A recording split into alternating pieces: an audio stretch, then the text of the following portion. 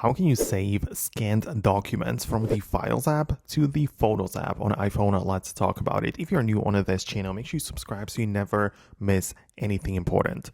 Okay, so it kind of depends on which file type we are talking about, right? Because if you have scanned documents, you can always just hold down on it within the Files app, click on Share, and pay attention to the available options, right? So if it's a photo, right, in any case, you would be able to save it, click on Save Image, and make it appear in the Photos app, right? But with the PDFs, it simply does not work because the Photos app, the gallery, does not support PDFs.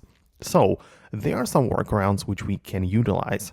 The first one and easiest, right, is to literally just capture a bunch of screenshots of the document, which will slightly lower down the quality, but it will automatically make it appear in the Photos app, right? So it's just a very simple solution. You can adjust the screenshot to only make the document show up, and it gets the job done. However, if you want to preserve the quality, the full quality of the document, you can use a converting tool.